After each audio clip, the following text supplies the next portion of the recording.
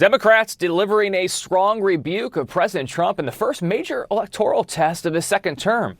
CNN projects Democrats will sweep the Virginia and New Jersey governor's races, as well as New York City's mayoral race and California's congressional redistricting plan. The president is attributing Republican losses to the government shutdown and the fact that he was not on the ballot. But CNN's exit polling suggests more than half of the electorate see their votes as a message to Mr. Trump, with a large majority disapproving of his performance. Here to help us unpack all of this is Mike Leon. He's the Director of Strategy at the Free and Equal Elections Foundation and host of the Can We Please Talk podcast.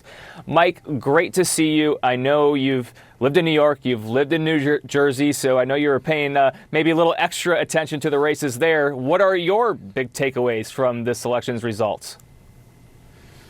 Yeah, good to see you, Brian, this morning. A mixed bag of results. I think the first thing for me, especially on the Jersey side, we thought the Jersey race would be a lot closer, right? Mikey Sherrill and Jack Ciattarelli over the last few weeks, Real Clear Politics had the polling right around, maybe 2-3 percentage points. And then you look at the margin of victory on our screen here, and it's over 13 percentage points, right? You look at the margin of victory in Virginia, right, in the governor's race there with Abigail Spanberger.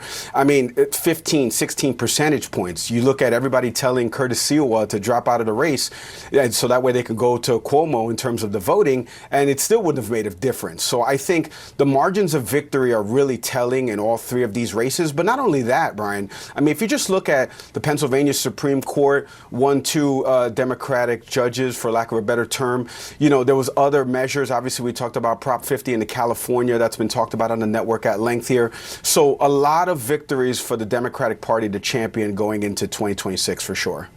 Yeah, Senator Adam Schiff from California said earlier on CNN, what a night for Democrats. It's been a long time since I've been able to say that. So you do see this momentum. Do you see the momentum carrying over to the midterms, carrying over to other states?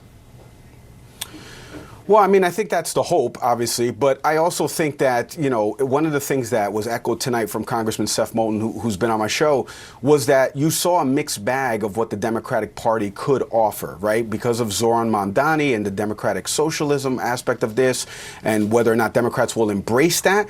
Abigail Spanberger, a more moderate Democrat. But either way, as Megan Hayes said before on the panel prior to me coming on, it's really about what Donald Trump has done over these last 9-10 months, right? Tariff policy and how it's affected has a secondary and tertiary effect on different sectors of the economy.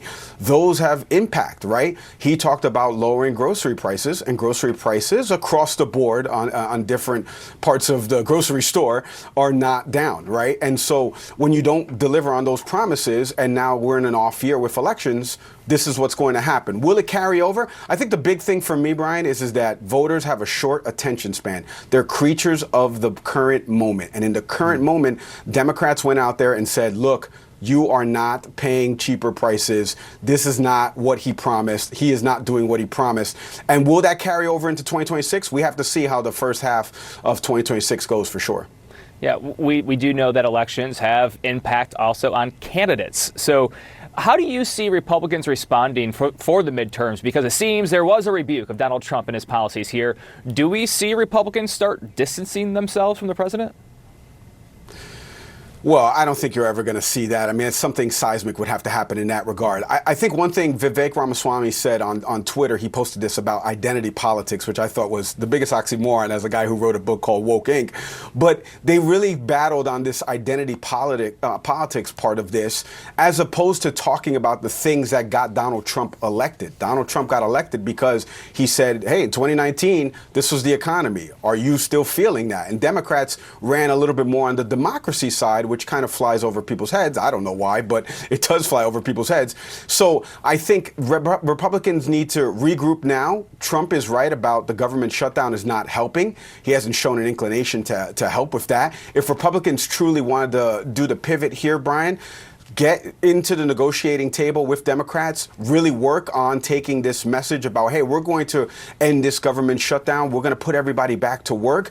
I think that would start the process for 26 in terms of them. And then obviously you get the candidate vetting process in terms of what candidates are going to run in 26 across these races. Let's talk about voter turnout for a moment. It's always something we are looking at to maybe be a bellwether of sorts. It seems that turnout was pretty strong here. The attorney general race, for example, in Virginia, despite a text scandal erupting, the elected candidate there, Democrat Jay Jones, getting more votes than Terry McAuliffe did in the governor's race there 4 years prior. That's something. It's something huge. It's one of the things that I always look for. I'm so glad you talked about it, because the margin of error a lot of the times in politics, right, is always magnified. And I just mentioned before how many percentage points these folks won by. You know, earlier tonight, John King on the wall was showing a red district in Virginia where Earl Sears was getting about the same percentage of votes, but it was about half the amount of people that turned out. That's a huge number. And again, it was a small district, but it's a sample size, right? It's a microcosm. It's a snapshot in time. And so I think the voter turnout, especially in New York City, first time since I think 1969 that you had that many people voting in the mayor's race.